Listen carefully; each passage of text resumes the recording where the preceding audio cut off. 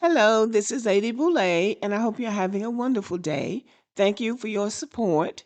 Thank you for subscribing to the channel. Thank you for your comments, and thank you for your thumbs up. Thank you for all you do to support the channel. And yes, we are commanded to love one another, whether we want to or not, or whether we agree with each other or not. Well, while you were sleeping and I was too, they went behind our backs and changed our natural hairdo. Now it's not the afro, now it is a cloud bob. Now, what in the gentrification is a cloud bob? I need somebody to explain it to me, like we're not gentrified. And the thing is, not only did they call Tracy Ellis Ross's afro a cloud bob, but they gave it a definition, as if one didn't already exist. But let me show you the man who's responsible for defining the cloud bob. This is Tom Smith. And this is Tom Smith's definition of a cloud bob: a rounded haircut with a soft and airy silhouette. A rounded hair with a, okay. So it's clear that the goal in renaming the afro was to try to remove its connection back to African lineage. Hence the term afro being derived from African American hair.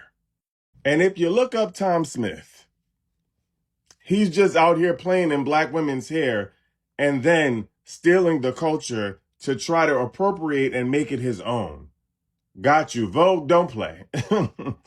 I know it's not Black History Month, but every month is Black History Month and we don't play, especially not about the afro. Now this is really interesting. I have seen white models on the runway just in passing wearing the afro hairstyle and wearing this bushy hair that's really Afrocentric hair. They've been doing this for years now. They want to wear our hair. They can just not be content with us having anything to ourselves. Their hair is not like ours. Our hair grows up and out. Their hair grows down. Now, some black people's hair might grow down, so don't come into my comment section telling me about your hair. I'm talking about afro hair grows up and out. I have seen this for years now. So they want to wear this hair. You see these black women in movies and on TV shows, and even these news people wearing their hair like that, wearing this big bushy hair, and it's scene stealing. It is scene stealing. And so now they want the hair. They want the hair. They have people over in Asia trying to have their hair texturized so they can have afro hair. And all this time, we were thinking that straight hair was the thing. But secretly, they were trying to steal our hair. So now this man has just come on out and called it the cloud bob. So they won't call it the afro. So it won't seem like they are trying to steal African textured hair. It is amazing to me. Just amazing. So let's talk about the cloud bob. The cloud bob wasn't born from a real cultural concept. It was a fashion industry rebrand of the afro, which we know, framed as a soft, airy, rounded haircut and widely criticized as cultural erasure, because that's what it is. They're trying to erase the afro and call it the cloud bob so that non-black people can wear it without black people saying they are culturally appropriating a black hairstyle or that they're trying to take it or rebrand it, which is what they're trying to do. But they want it to be a hairstyle that non-black people can wear without feeling like they're wearing afro hair. So they're calling it the cloud bob. According to Vogue's description, before they removed it because they got so much pushback, the cloud bob was defined as a rounded haircut with a soft, airy silhouette.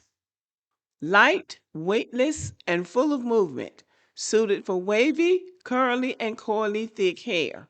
This language essentially describes the natural shape and volume of an afro, but without acknowledging the afro at all. So that was what Vogue was trying to do. And this came out in Vogue last month or this month. And black people jumped right on it because they saw it for what it was. The afro has a deep cultural, political, and aesthetic legacy. It was a symbol of black beauty, pride, and resistance in the 1960s through the 1970s. It was a rejection of Eurocentric beauty standards, and it was a style worn by icons like Angela Davis, Huey P. Newton, Diana Ross, and generations of Black Americans. None of this history appeared in Vogue's framing. This man named Tom Smith was trying to play it like it was something that he came up with. It was a fashion statement that he came up with all by himself. So he was going to take a hairstyle that's been worn by Black Americans forever. It just goes and comes, but he was going to make it his own hairstyle so that white people could wear it. I can't say that enough. So he's trying to make it something that non-black people can wear without calling it African or Afro. That's what this is all about. So, why the cloud bob sparked backlash? Black women, creators, and scholars called out the term as gentrification of a black cultural style. Christopher Columbusing the Afro, which meant renaming something that already exists. Remember, Christopher Columbus discovered America?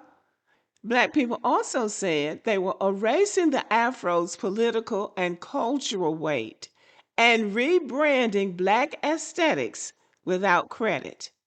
This outrage was so strong that Vogue removed the term from the article. Even the stylist they credited, Tom Smith, publicly distanced himself, saying he never defined or approved the term. Now that's because the black backlash was so strong that both Vogue and Tom Smith distanced themselves from the term. Way to go, black people.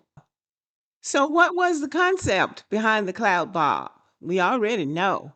If we strip away the controversy and look at the intent behind the term, the concept was number one, a marketing friendly, trend ready renaming of a voluminous, rounded, natural style. An aesthetic language meant to appeal to mainstream non black audiences. See, they want to wear the afro.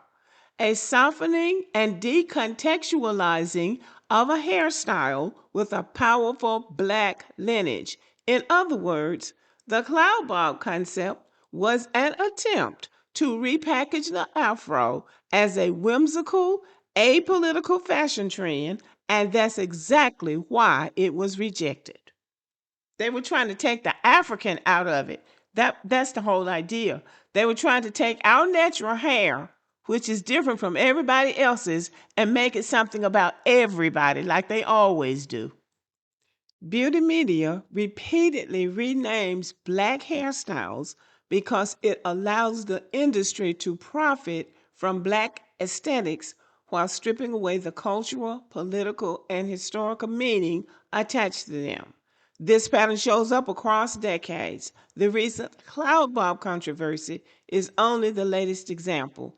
They always want to take something new because we are different. We are different from everybody else. So they want to take things from us and make it seem like they came up with the idea. White woman wearing an afro means that the white man came up with the idea of the cloud bob. It's just that in this case, it just didn't work. All right, y'all, what you think about this? Let me know what you think about this. Thank you for watching, listening, and have a good evening.